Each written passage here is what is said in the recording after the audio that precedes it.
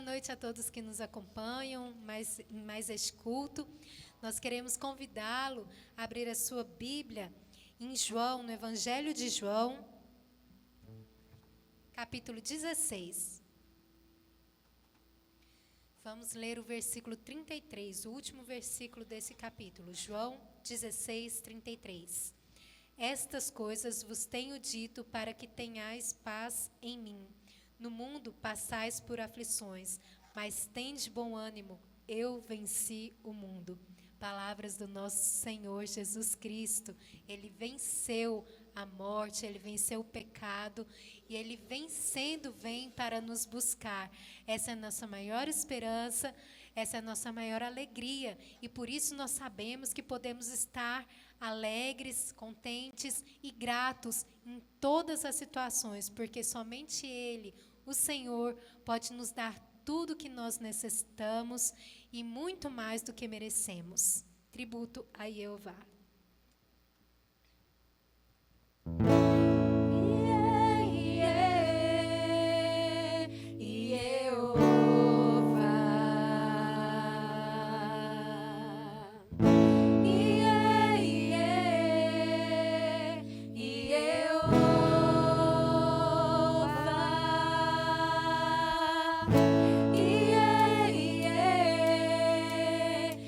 Jeová.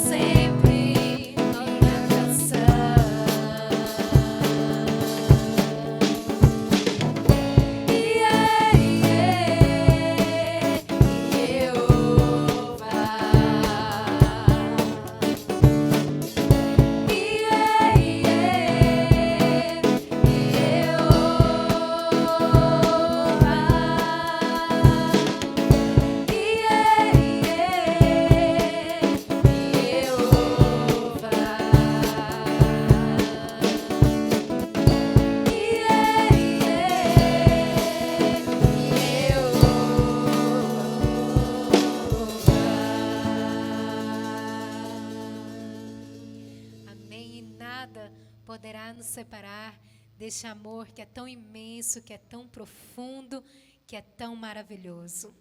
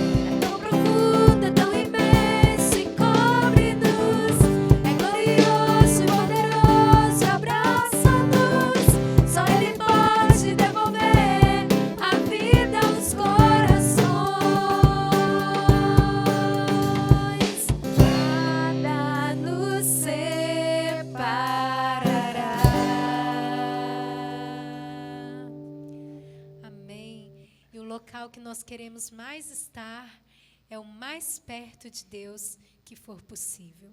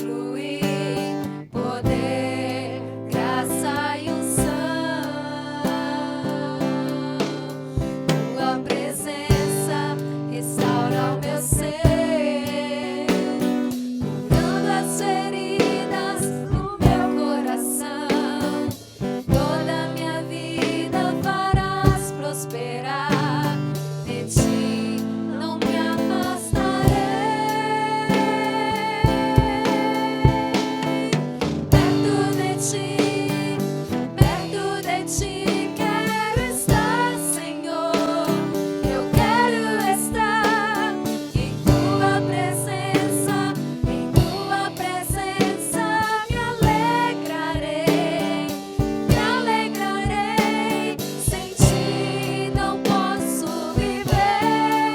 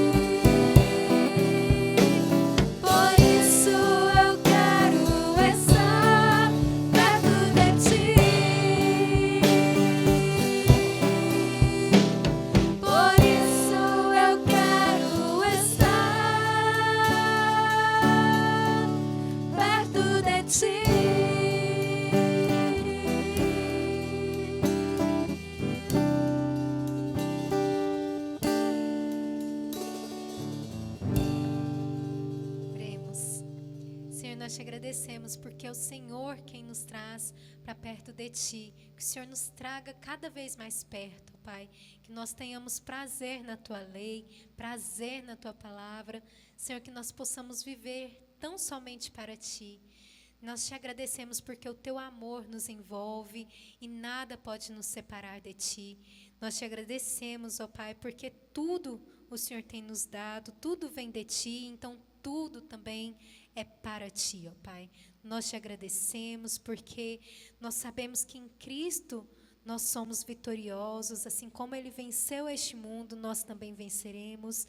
E assim como Ele prometeu, Ele está vindo nos buscar, que nós possamos esperar ansiosamente por esse dia. Nós te agradecemos por tudo isso, no nome santo de Jesus. Amém. Agora nós passamos a palavra para o nosso preletor desta noite. Olá, irmãos, boa noite, bem-vindos. Uma alegria mais uma vez poder estar compartilhando aqui esta palavra, mais uma reflexão da palavra de Deus. E gostaria de convidá-lo a ler na palavra de Deus no livro de Jó.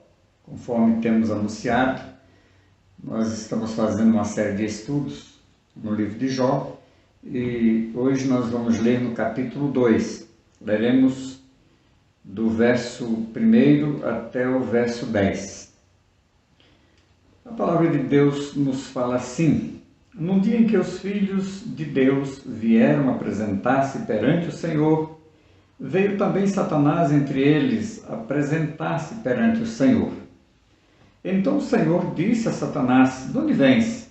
Respondeu Satanás ao Senhor e disse: de rodear a terra e passear por ela. Perguntou o Senhor a Satanás: observaste o meu servo Jó, porque ninguém há na terra semelhante a ele, homem íntegro e reto, temente a Deus e que se desvia do mal. Ele conserva a sua integridade, embora me incitasses contra ele para o consumir sem causa. Então Satanás respondeu ao Senhor: pele por pele, e tudo quanto o homem tem dará pela sua vida. Estende, porém, a tua mão, toca-lhe nos ossos e na carne, e verás se não blasfema contra ti na tua face. Disse o Senhor a Satanás: eis que ele está em teu poder, mas poupa-lhe a vida. Então saiu Satanás da presença do Senhor e feriu a Jó de tumores malignos, desde a planta do pé até o alto da cabeça. Jó, sentado em cinza, tomou um caco para com ele raspar-se. Então sua mulher lhe disse: ainda conservas a tua integridade? Amaldiçoa a Deus e morre. Mas ele lhe respondeu: falas como qualquer doido. Temos recebido o bem de Deus e não receberíamos também o mal? Em tudo isto não pecou Jó com os seus lábios. Vamos orar. Deus amado, Senhor, obrigado pela tua palavra. Queremos nesta noite, Senhor, entender algumas coisas, tirar algumas lições da tua palavra para a nossa vida. Portanto, Senhor, fale ao nosso coração, traga luz ao nosso entendimento, dê-nos agora, Deus, esclarecimento desta mensagem, desta reflexão, para que possamos absorver algo da tua vontade para a nossa vida, nesses tempos tão difíceis, que a tua palavra traga conforto e consolo aos nossos corações nesta noite, Senhor. Fale conosco. Oramos assim no nome precioso do teu Filho Jesus Cristo, nosso Salvador e o nosso bendito Senhor. Em nome dele que nós oramos. Amém. Queridos, a palavra de Deus muitas vezes nos traz incógnitas que nós nem sempre temos a condição de dirimir todas as dúvidas. E o livro de Jó é um livro mais ou menos nesse estilo, que traz às vezes dificuldade ao intérprete da Bíblia. Mas nós queremos entender algumas coisas e, portanto, quero convidar os irmãos aqui atentamente, nos acompanhem, a fim de podermos compreender o que Deus quer nos falar nesta noite. Então, gostaria já sair de início fazendo uma pergunta para reflexão. Como entender o silêncio de Deus no meio da dor? Às vezes, passamos por momentos de dificuldades e oramos, aguardando de Deus uma resposta, e às vezes a resposta é demorada, às vezes Deus manda esperar, e nós, no afã de querer uma resposta, às vezes nos precipitamos. Portanto, gostaria de fazer aqui algumas indagações e tentar tirar lições de tudo isso para as nossas vidas. Como lidar com a questão de um Deus bom que permite o mal? Então, Deus é bom. Como lidar com essa questão? Deus seria injusto?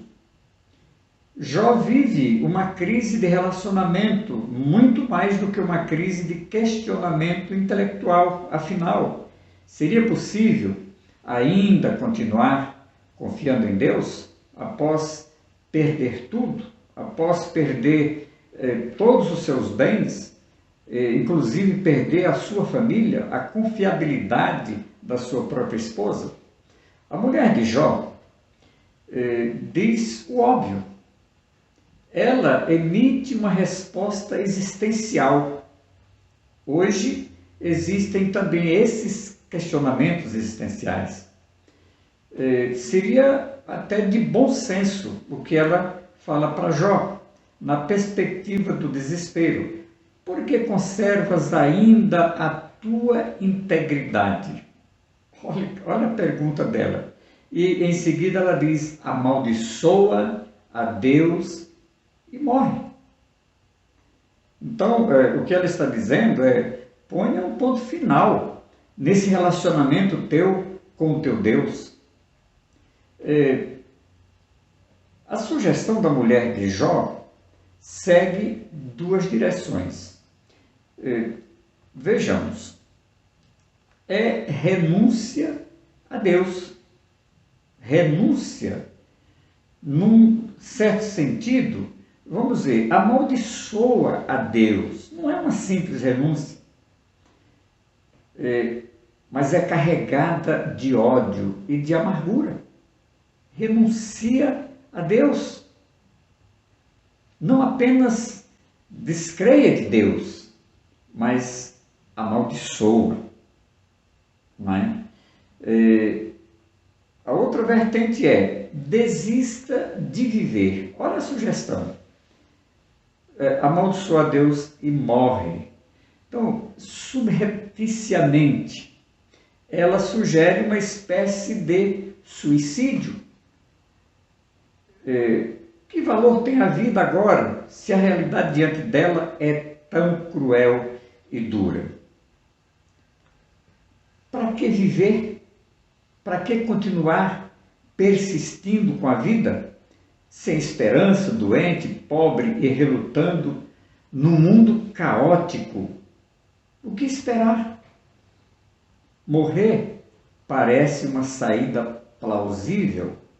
Esta é a sugestão que ela faz ao seu marido. Então, gostaria de trazer aqui duas perguntas. O que fazer quando não há o que fazer? Ou, e que direção tomar quando não se encontra uma saída?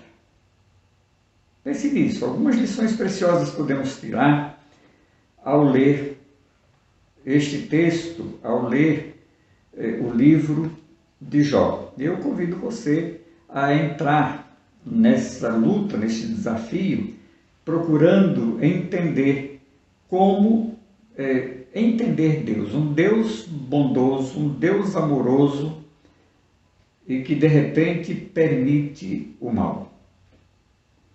O nosso tema de hoje é um tema negativo para fazer aplicação ou aplicações de lições positivas para a nossa caminhada. Nosso tema é sem saída. Primeiramente, é imprescindível entender que na vida sempre há saída. É imprescindível entender que na vida sempre há saída. Neste momento de enfrentamento da pandemia, muitos acham que não há saída. Muitos já têm cometido suicídio, têm dado cabo da sua vida, têm jogado a toalha. Afinal de contas, como e onde está a saída? Estão tentando apontar uma saída, mas ainda está difícil. Não se consegue encontrar uma saída para a solução dos grandes problemas que têm se abatido universalmente. Haja visto o que tem acontecido à nossa volta. Às vezes pensamos que as coisas estão tão longe, de repente elas estão se avizinhando. Temos em várias igrejas, Brasil afora, pessoas que estão sendo acometidas do Covid-19. Tivemos recentemente o óbito em Araguaína, na nossa igreja aqui do nosso sínodo. E, irmãos, nós podemos dizer que as coisas não estão parecendo assim um horizonte tão promissor, tão logo, não é? Aí vamos olhar aqui no livro de Provérbios, no capítulo 28, verso 13, quando diz: o que encobre as suas transgressões jamais prosperará, mas o que as confessa e deixa alcançará misericórdia. É muito importante nós entendermos isto. Sabe por quê? Porque a própria palavra de Deus, lá no Novo Testamento, já nos diz em 1ª Epístola de João, capítulo 1, verso 7, que o sangue de Jesus, seu Filho, nos purifica de todo pecado. Então, que coisa tremenda, maravilhosa, é importante nós nos voltarmos para a palavra de Deus, porque a palavra de Deus nos mostra a saída. Sem saída é para quem não acompanha, é para quem não lê, não estuda, não reflete nesta palavra. Sempre há saída, principalmente se considerarmos a vida na perspectiva da misericórdia e da graça de Deus. A palavra de Deus nos orienta a termos esperança. Ter esperança não tem a ver com situações favoráveis ou contrárias, mas com perspectivas. Olhar para frente, olhar para o alvo, como diz na Epístola aos Hebreus, olhar para Jesus, autor e consumador da nossa fé. A mulher de Jó fala para ele desistir da vida. Seus olhos estão colocados nas tragédias. E olha, irmãos, não são poucas as tragédias que se abateram sobre a família de Jó, sobre o próprio Jó. Jó está sempre perguntando o porquê das coisas, mas Deus permanece silenciosamente e distante. Então, Jó foca em Deus. A preocupação dele é olhar para Deus, é tentar entender o porquê das coisas que lhe estão ocorrendo. Ele faz as perguntas. Como ele responde quando não há esperança concreta? Ele responde baseado nas perspectivas. Deus faz o bem, mas permite o mal. E nós não conseguimos entender este exercício de sua soberania. Mas Jó se submete a Deus. Jó se submete à soberania de Deus. O texto nos diz lá no verso 10, a parte B do verso, diz: em tudo isto Jó não pecou com os seus lábios. Jó não proferiu palavras em que desse para se notar pecado. Em segundo lugar, Jó, ele foca no caráter e na existência de Deus. E Jó, ele vislumbra uma saída. Então, lá nos versos 25 a 27 do capítulo 19, olha o que Jó diz ali. Leiamos o texto. Porque eu sei que o meu Redentor vive e por fim se levantará sobre a terra. Depois revestido deste meu corpo, da minha pele, em minha carne verei a Deus. Vê-lo-ei por mim mesmo, os meus olhos o verão e não outros. De saudade me desfalece o coração dentro de mim. Amados, que certeza, que perspectiva, que coisa tremenda e maravilhosa Jó profere neste texto. Aqui, chamo sua atenção para ver o que Jó está falando. Ele está falando de ressurreição.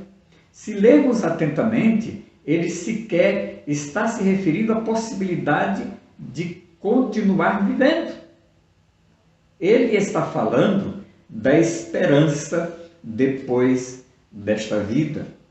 Ele diz que ele sabe, ele tem certeza absoluta que o seu Redentor vive, e ele diz que ele o verá, ele mesmo.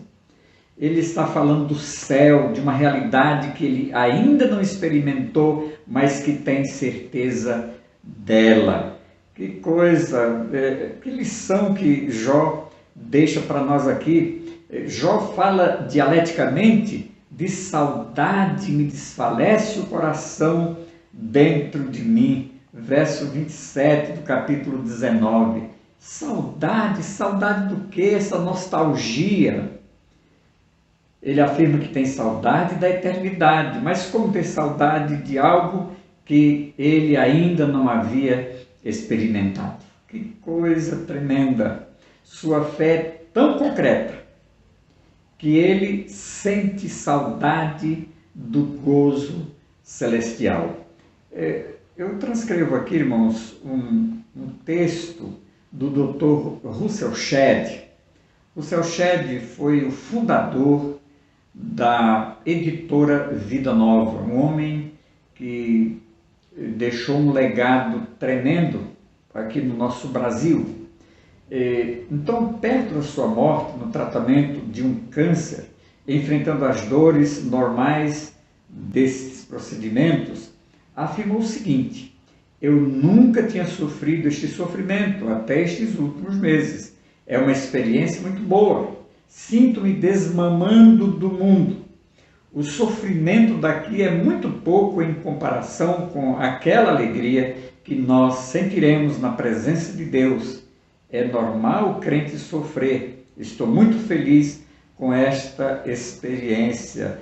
É a perspectiva de um servo de Deus que pode dizer, como disse o apóstolo Paulo: combati o bom combate, acabei a carreira, mas guardei a fé. Agora me está preparada a coroa da justiça, a qual o justo juiz me dará naquele dia. Assim também é a perspectiva de Russell Shedd, e é também a perspectiva do nosso personagem de Jó. E isto muda todas as coisas.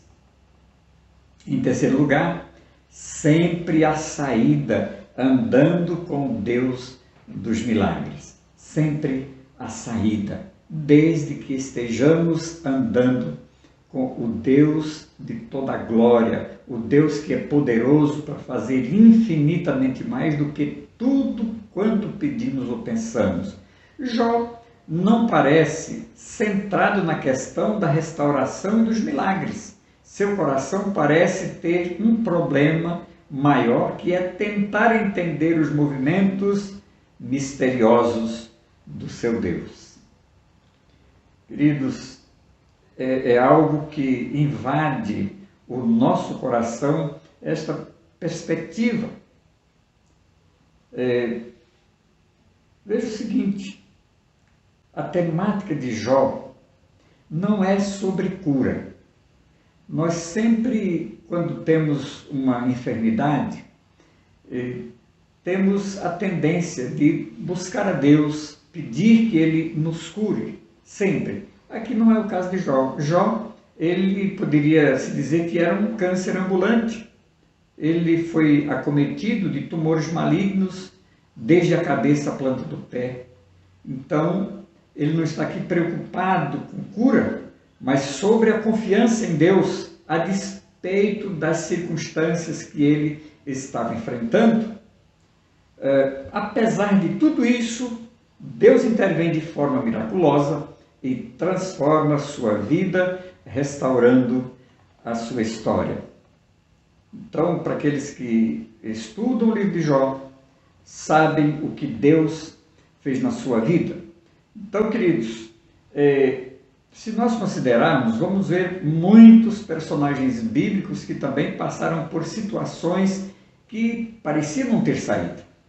Se olharmos para a história de José do Egito, essa é uma das histórias onde seus irmãos o venderam e mentiram para o seu pai dizendo que uma fera o havia devorado. Mesmo assim, José do Egito, ou seja, José foi vendido para o Egito.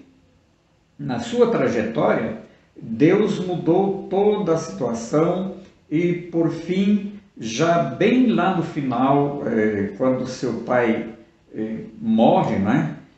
Os seus irmãos pensam que agora vai ter o revide, mas quando eles procuram José para pedirem perdão, dizer que o pai havia dito que José não revidasse sobre toda aquela circunstância, José ele responde que, na verdade, vocês intentaram mal contra mim, mas Deus o transformou em bem. Que coisa tremenda, né? Se olharmos também uma outra situação que ocorreu quando o rei Ezequias era o rei de Judá e Senaqueribe era o rei da Assíria, e ele estava dominando as nações, fez um cerco em Jerusalém e parecia que não teria saída para Ezequias. No entanto, o profeta Isaías, naquele momento, mandou dizer para Ezequias que ele não se intimidasse, porque certamente Deus daria vitória. Naquela noite, o anjo do Senhor desceu sobre o exército assírio e desbaratou o exército, assassinando, matando milhares e milhares de soldados. Então, meus queridos, vemos aqui que os assírios estavam tão seguros e o povo de Deus tão frágil, tão fragilizado. Contudo, a mão de Deus se moveu e uma realidade inteiramente transformadora se deu pelo mover de Deus, do Deus Todo-Poderoso. Deus interveio de forma sobrenatural e milhares de soldados inimigos morreram numa só noite, feridos pelo anjo do Senhor. Eu quero concluir, irmãos, com algumas reflexões. O livro de Jó não termina de forma desoladora, mas repleto de esperança. Então, o que nós queremos dizer aqui, voltando ao tema, é que há saída sim.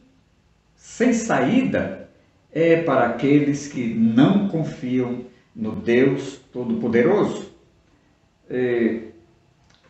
Vemos lá no final do livro de Jó, capítulo 42, no verso 10, diz o seguinte: mudou o Senhor a sorte de Jó quando este orava pelos seus amigos. E o Senhor deu-lhes o dobro de tudo que antes possuía. Obviamente, deu novamente os 10 filhos, restituiu assim a família, não deu em dobro, claro, mas o restante, você lendo o texto, você vai ver que Deus dobrou tudo, de tudo quanto ele possuía, Deus deu outro tanto. Tudo é tão trágico, tão intenso e profundo no início do livro, mas tudo é tão poderosamente transformador quando se anda com Deus. Vejam que quando Deus conversa com o inimigo, com o tentador, Deus pergunta se ele viu o seu servo Jó.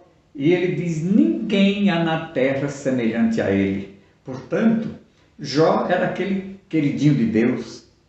E por isso Satanás não gostava de Jó.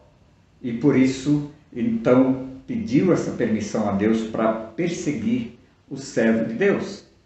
Não é disso que fala também o Evangelho? Consideremos a morte de Jesus, a cruz parece o fim de tudo. Não há esperança para a humanidade, que sentenciou justamente o homem mais justo que já pisou sobre esta terra. O projeto de salvar o mundo, de dar esperança aos pobres, de impactar a história, acaba na cruz. 2 discípulos decidem retornar à sua antiga vida comum, normal, lá na sua aldeia, em Emaús. E, irmãos, agora eles começam dizendo: nós esperávamos que ele fosse o Messias. E eles estão dizendo isso exatamente para Jesus. Eles estão dizendo para Jesus: o sonho acabou, nada mais existe. Jesus tinha sido levado para o túmulo, sentença final de uma vida sem propósito. Mas o cenário muda e o sonho renasce. Por quê? Porque a morte dá lugar à vida. A desesperança desaparece. Agora o sonho é concreto. Ele ressuscitou, dizem as mulheres. Porém, alguns dizem que elas estão delirando, não é? Parece de fato mais um delírio ou uma alucinação, alguém que chega e diz que ele está vivo, sendo que 3 dias atrás ele havia sido crucificado, ele havia sido sepultado. Agora alguém chega e diz: ele vive. E aí aparece um tal de Dídimo, também conhecido como Tomé. E daí ele diz o seguinte: não crerei se não colocar os meus dedos no lugar dos cravos e a minha mão no seu lado. De modo nenhum eu vou acreditar. Você vai encontrar esta expressão, ou estas expressões de Tomé, lá em João capítulo 20, o verso 25. Só que daí, decorridos 8 dias, ou seja, no próximo domingo, reencontra-se com o seu Senhor, e agora ressurreto. E aí Jesus olha para ele e diz assim: tu, porque me viste, creste, Tomé. Bem-aventurados são aqueles que não me viram e creram. Assim como Jó, irmãos. Jó nunca tinha visto o Senhor. Só que lá no final do livro, ele diz: eu te conhecia só de ouvir, mas agora os meus olhos te contemplam. E aí Jesus diz para o Tomé, diz: tu porque me viste e creste, bem-aventurados são aqueles como Jó, que não me viram e creram. E nós, irmãos, não vimos o Senhor, mas cremos. E nós somos extremamente felizes, bem-aventurados, porque nós cremos. Então, João capítulo 20, verso 26, o Evangelho nos fala de esperança viva. Sempre, sempre, sempre há esperança, sempre há saída quando estamos diante do Deus vivo, redivivo. Como? Como não tem saída? que Deus tenha falado ao seu coração através desta mensagem. Curve sua cabeça, vamos orar. Senhor, nosso Deus, nosso Pai, muito obrigado, Senhor, pela Tua palavra. Continue falando, Senhor, aos nossos corações. Dê-nos cada dia mais o vislumbre de esperança, de vermos novos horizontes. Sabemos que o Senhor vive, nosso Redentor vive, e por fim se levantará, como disse Jó. Temos absoluta certeza que a nossa caminhada aqui é segura. Não importam os vendavais, nós estamos seguros porque andamos com o Senhor. Oramos que o Senhor continue abençoando a tua igreja, que cada dia mais a nossa fé se fortaleça e que, ó Deus, nós possamos ter comunhão com o Senhor e mesmo à distância termos comunhão uns com os outros. Continue, Senhor, a falar aos nossos corações. Oramos pela igreja, oramos pelos relacionamentos, oramos por aqueles que perderam entes queridos, estão sofrendo. Leva, ó Deus, aos corações o teu consolo. Também oramos por aqueles que estão enfermos. Pedimos, ó Deus, que estendas as tuas mãos sobre essas vidas, dando-lhes a cura. Ó Senhor, também oramos por aqueles que estão carentes da comida, do pão de cada dia. Ó Senhor, abastece suas mesas. Dê-nos a condição de exercermos a misericórdia, de sermos generosos, que seja assim com o teu povo.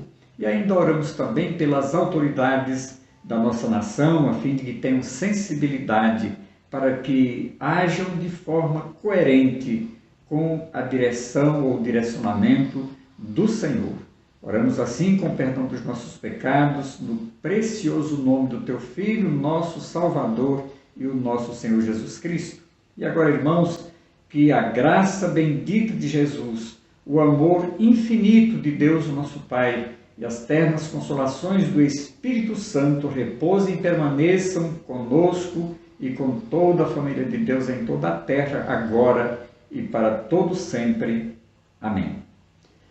Queridos, que Deus abençoe sua vida, abençoe a vida de todos nós, de toda a nossa comunidade, todos aqueles que nos assistem agora, e que todos tenham uma excelente semana, uma semana abençoada, caminhando com o Senhor. E não esqueçam, a nossa recomendação é que você faça o culto doméstico com a sua família, a fim de que haja uma comunhão com Deus e um relacionamento maior com Deus juntamente com os seus. Que assim Deus te abençoe.